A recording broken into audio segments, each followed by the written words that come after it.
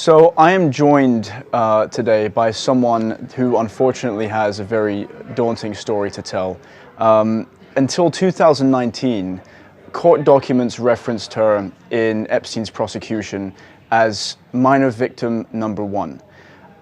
She has since been identified as Miss Marina Lacerda, who joins me today. Marina, thank you so much for joining me. Hello, thank you for having me. Of course. Look, going into this, I can't even imagine how it's felt to watch how the Department of Justice has handled the release of these files with all the redactions, and also how our justice system has failed the very people they were sworn in to protect. So going into this, I just want to start by asking, how are you? How do you feel? I feel, I think that we've gone through so many different emotions at this point where we were upset, we were disappointed, we felt disrespected, and then we felt extremely happy when we thought things were moving along. So it's a lot of mixed emotions at this point. Ultimately, I think that I can speak for myself, and even for the survivors, when we get together and we see how much the DOJ has failed us, and we just we turn around and we ask ourselves, like, who do we trust at this point? Every time there's a drop of, they say, well, we have files coming out, there's a drop of file, like we're dropping off files and all that stuff, and I'm just like, what's going to happen now? Because a lot of times our names are not redacted. All these powerful men names are redacted, so they're doing the complete opposite. And when we sit and we talk about it, we're like, are they doing this on purpose? Because to intimidate us, to silence us. And I think it should be something that all of us as Americans should be paying attention to this and saying, why is the DOJ repeatedly doing the same thing? Marina, tell me what your life was like before encountering Epstein. Who were you becoming? Well, I originally came from Brazil, and I was born and raised there until I was 8 years old. Then I moved to New York. And when I moved to New York, my mom had came to New York first and lived there for a year. And I had this friend who knew Jeffrey Epstein. And at the time, I didn't know who Jeffrey Epstein was. And he said to me, hey, I know this really cool rich guy, and you can massage him for half an hour and you can make $300. And being vulnerable, living in one room with my mom and my sister at the time, and we had rented out all 3 bedrooms. And I had worked in the past 2 different jobs, and it just we weren't making. My mom was also working at the time, and then she just stopped working. There was a lot of fights between her and I because my stepfather went to jail, and our life wasn't, as she would say, it wasn't normal. I was so vulnerable. That's all I could remember, and I just wanted to make money for the house. And Jeffrey Epstein, was the type of person where he manipulated you and made you believe that if you did what he asked, you would receive more than just money. You would receive a chance, you know. And I got to tell you, I think a lot of the survivors thought they would have, gained something more. And a lot of these survivors were vulnerable at the time. They didn't come from just a broken family where 2 parents got divorced. They came from a very broken family where a lot of things were going on.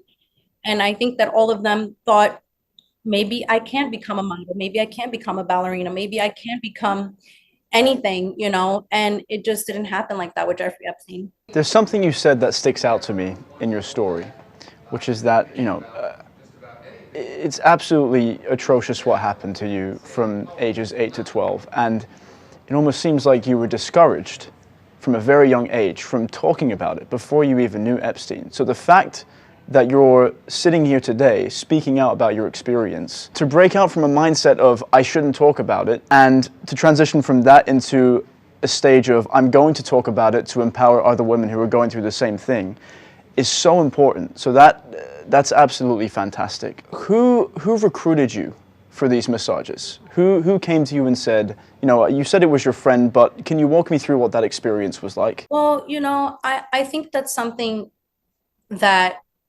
I think we have to kind of clear this up, right? Like, Jeffrey Epstein worked on other girls, recruiting other girls. There was no girls that was going there and I'm bringing other girls. So I don't blame the girl that brought me there. I really don't. It's just, I really blame my mother, who really didn't guide me the right way and didn't say, like, hey, you don't have to work, or hey, where are you getting this money from? Hey, where are you going? Why aren't you going to school? Instead of dragging me out of high school, dropping me out, and and just being okay with everything. It's not, this is something that Jeffrey did. He did this with all the girls. Like, you don't bring me girls, you're not part of my world. This is something that, it wasn't only a couple girls, it's every girl that went there. He wasn't the type of guy that was going to love you and be with you. He needed numerous amount of girls per day. I mean, I think being there just per day, I see 6 to 8 girls if I was in New York, and this girl was my friend, and she really thought she was helping me because I was going through a very, very difficult time. And she just saw an opportunity and she said, hey, listen, I think this might help you. She just wasn't, honest about the whole thing. She did say that we were going to go there and it was just going to be a massage, and it was $300. I got there and Jeffrey Epstein had asked me to remove, my bra and all that. And I said no, and I wasn't okay with it. But when it was time to leave, my girlfriend, got mad at me. She was like, why are you acting like this? Like, why don't you just listen to what he said? And then it goes back to me saying, if you didn't do what Jeffrey Epstein liked, you weren't going to be a part of his world.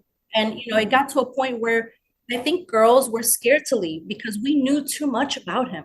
We knew too much of his world. We knew he always had mentioned, I own the government, I own the banks, I know people, and I know things about people that can destroy this world. And that's something that he made it very clear to us. And I think as a 14-year-old, when I met him and, being with him until I was 17, that was very scary, So I really don't blame her. I think really reality is she was just trying to help. And I did go back there, when he did call her, and she did say to me, she was like, you're gonna go back there. Like, I know you are. You're not gonna meet anybody in Astoria. You are from Brazil. You're just not gonna make this connection ever again. And when she called me, at that point, my mom and my sister, we were eating like the cup of noodles at that point. That's what we were having for dinner. And for breakfast, we would had like Wonder Bread and a peanut butter, maybe, if so. And it wasn't something that I had thought of that it was going to happen to myself, with my mom. And it's sad to say, it really is. But I did go back. And when I went back, he was very nice to me because no groomer is going to sit there and be mean to you. It just doesn't work that way unless you were kidnapped in a house and he has full control of you. But what Jeffrey Epstein does is he takes control very slowly. And when I went there and I told him I wasn't comfortable the first time when he asked me to remove my bra, he said to me, don't worry, it'll take time, but you'll get comfortable. And he was absolutely right. He groomed me so slowly. I went back there. He didn't ask me to do anything else. And I was like, oh, okay, well, maybe he's gonna look at me different and not think that I'm like my friend, who brought me there. And slowly, every time I went there, it was like, well, take this off and then take that off. And you trust somebody, you think like this person really wants the best for you. He has really high connections. At the time, he had said he was a brain surgeon, which now I look at it and I'm like, oh my God, how could I believe that? But we got to think about this. Back then, there wasn't Google. We weren't going to go around and asking who Jeffrey Epstein was. We just believed him. We were young girls that he preyed on. So you're in this position of struggling at home, and all of a sudden you're just taken into this world, owned by this man that's saying, I run the government, I run the banks, I know some of the most influential and wealthiest people on the planet. We could see it too. We Right. could see it too. Like, he had pictures, he had pictures with everybody there, all these prominent people that are on the files now. I'm not going to start naming them, but they're all there. And when we look at this as a child, we're like, oh my God, like celebrities too. Right. He would put us on the phone with celebrities. He would put us on the phone with some of these prominent people that are in the files. And he would brag with these people that he was getting a massage by young girls. He would not say how old we were, but he would say we were young. Sometimes we'd be like, oh, I have a young, European girl here, or I have a young Brazilian girl here. So he talked to these people about getting these massages every day. Because if he was in New York, he was getting a massage every day. If I was there, I would see a girl coming down. And I would just think it's a girl from Yale because he said he had connections with Yale, Harvard, and so many different colleges. And I would just think, because he's a brain surgeon, he's probably, given a lesson, or I don't know what he's doing, or, maybe he's Helping this girl out, I don't know, but I would be waiting for him and there would be a girl coming down. And when I would go upstairs and I would come down, there would be another girl waiting for him. That's three girls in a matter of like an hour or two. The next question I want to ask you relates to something you told me earlier. There was a moment when you came in for the first time and you were expecting to give him a massage and he told you to do things that you weren't comfortable with and you said no. You came back and he said, don't worry, eventually you're going to get used to it. It's going to become kind of routine. What was the turning point after that to where it went straight back to the way it was? If you feel comfortable talking about that or if you have a story. As somebody that's been abused from the ages of 8 till 12 and then was abused again, we don't really see when the turning point was. When I met with all the survivors, I was listening to them and I was listening to some of their stories. And I was completely in shock when I found out they were raped. And I had turned around to a Jane Doe, which is my friend. And I came home and I said, oh my God, I just heard so many stories and I'm in shock. I can't believe Jeffrey Epstein raped these girls. And I said, he would never do this to us. He never, ever did this to us. He's done some other horrible things. He's gotten different toys. He's done some really to us, but he's never raped us. And she turned around and she said, are you okay? And I said, yeah, I'm okay. And she said, well, I just want to tell you something. She's like, not only did Jeffrey Epstein rape you, but he would line us up in the room and have us watch you and tell us that this is the way that you are a good girl. This is the way that you listen to me. This is the right way to do things.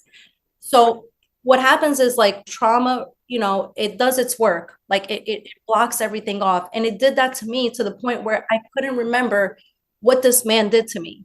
So I can't remember the turning point for me where I was like, okay, well, I'm okay with this. I'm okay with dropping my pants. I'm okay with taking off my bra. I don't remember that. Sometimes I wonder, is that a good thing or a bad thing? It's good because I don't remember it, but then it's bad because I sit every day and I tell my story to different podcasts and I remember some things, but it's not everything, that I want to remember everything. Tell me the story of how you eventually became dissociated from Jeffrey Epstein's circle. How did you get out and what was that experience like? When I reached the age of 17, I started working in a coffee shop in Astoria and I had to lie about my age. I told them I was 18 years old because you have to be 18 to serve alcohol in New York. And this was a coffee shop and it was also it was a spot that you went to before you went out. And when I started working there, I started being around and hanging out with an older crowd. And, I started to mature myself a little bit more. And that really didn't resonate with Jeffrey Epstein. He didn't like that. He really thought of me and see me as somebody old. And he's had, joked with me. He said, you're getting old on me. And I said, that's what people do when they grow up, right? They get old and they get mature, like they mature. And he goes, you're no fun anymore, and I just feel like that, you come here and you're just not in the mood. And it's not that I'm not in the mood. It's just because I'm wearing makeup. I have a job now that really gives me enough money to sustain for myself and my mother who wasn't living with me at the time anymore. And we just fell apart. I wasn't going to go see him anymore. I'm not fun anymore. I'm not young anymore. I'm now shaving. I am now wearing makeup. That is not something Jeffrey Epstein liked. So he stopped calling me. I stopped calling him. And that's how we just fell apart. Was there ever a moment with Epstein where he said something that truly revealed how he saw himself? There was a lot of that. Really? I think Jeffrey Epstein was definitely like a person who bragged about everything. Like really? He wasn't the type of person that wore like, fancy clothes. He wasn't wearing like these fancy watches, but he really was the type of person that made sure that you knew that he knew all the right people in the world. And it wasn't just here in the United States of America. I think that's one thing with him. Like he needed for you to make sure that he knew everybody and he was in control. And I think a lot of the times when I watch, when he's being questioned, if he feels like he is not in control, he's done. He's out of the stand. He doesn't want to answer any more questions. So I think with him, it's more what he knew and who he knew. That's something he bragged about constantly. And if he wasn't in control and if he didn't like the situation, it was done for him. I think there was like a girl that he really didn't like and was very upset about it because she didn't look young. And he was very upset about that. Also, the color of her skin, like he wasn't in control. And when he didn't feel like that, he really let you know, like he let me know. He's like, why is this girl here? Like, look how dark she is. And why does she look this old? And I was like, whoa, like, one thing about him that I could never forget is that Jeffrey Epstein never said bye. I don't know if it's only me, but he never said bye. He always hung up the phone and that was it. After the massage was done and he was done and he was satisfied, he would get up, he would clean himself. He always had a towel. He would clean himself and he would go into his pocket and he would hand in the money and he'd be like, so and so would get in touch with you, which would be his secretary. He's like, so and so will be in touch with you. And that's it. And he would leave off. And sometimes he would talk to you and you would have to follow him like you were, like he's the leader and you got to follow him. And he would talk. And when he was done, it was like you knew he was done and you had to leave because he didn't have the time to entertain things that weren't important for him, I think. You mentioned that Epstein hired you, a lawyer, to protect himself. This was before we started rolling in the interview. This is something you had told me. Can you tell us that story? What was that like? Why did he hire you, a lawyer, and what do you think his motivation was there? So in 2008, I was living by myself and I lived in a house where I think so many women went in and out of there. Everybody knew that my door was open and men too, if they had just came into the country and they needed a place to stay and they needed a place, a room to rent, this was the place to go. I would open up my doors for that. And at the time I had a Jane Doe living with me, who's a survivor today. The FBI knocks on my door. And as soon as they said, hey, do you know Jeffrey Epstein? I said, yes, I do. They're like, we want to ask you some questions. And I went to go close the door and the FBI agent put her foot on the door and she was like, you're going to talk to me whether you like it or not. And she dropped her card. And when she dropped her card, I was like, oh my God, I'm living by myself. I really don't have money for a lawyer and I definitely don't want an interaction with the FBI. So I went upstairs, I got on my landline and I called Jeffrey and I was like, why is that? Again, I have no idea what's going on in West Palm in 2008. I had no idea. And I said to him, hey, the FBI is at my door. Like, why are they at my door? And he was like, don't call me. Don't call the office. A lawyer is going to call you. I said, Jeffrey, I'm going to have to speak with the FBI and I'm going to tell them everything that I know because like I have to answer to them. This is not a choice. He was like, don't answer to them. The lawyer will call you in 5 minutes. And I got to tell you, within 3 minutes, I had a lawyer call me and I went to this lawyer's office. And my first question when I got there was, should I be honest about everything? Because I'm so scared now to tell these lawyers who are being hired by Jeffrey Epstein of how much I knew about Jeffrey Epstein. I was scared. I was like, what do I tell them? What if he's hiring them to see how much I know about him?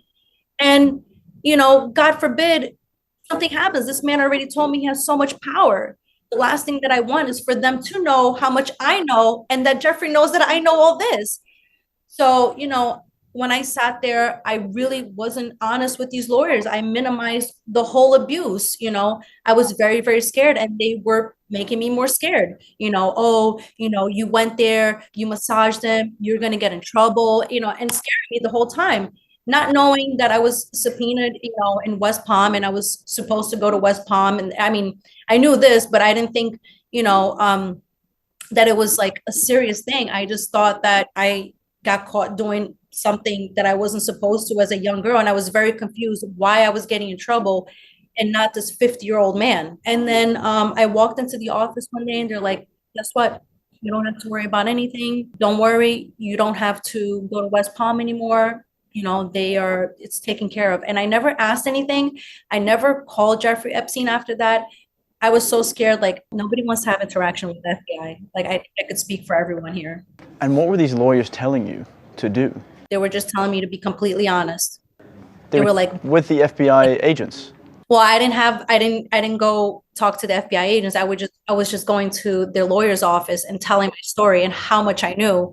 And they were like, you have to be very honest. But again, I wasn't honest because I was scared of how much I knew, and I was scared they were going to tell Jeffrey. At this point, do you think the full truth has come out, or do you think there's a significant gap between what we know now and what is to come out? I think there's a lot more that they want us to know. They put out what they want us to know, right? We have 3 other million files that haven't been let out, that haven't dropped yet, and sometimes I wonder, I'm like, why are we even going to let 3 million other files out when we're not doing anything about these 3 million files, right?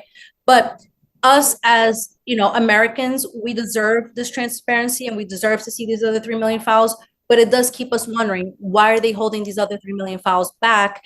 And we have to think about this. Who really has gone through 3 million files? So what is in those files? Right now, we're just really focused on serious allegations, doing absolutely nothing about it. So I think there is more to this than what we know. Is there a question that you wish you were asked in interviews like these that nobody thinks about? How to protect your kids from going into an abusive or physical or emotional relationship and friendship.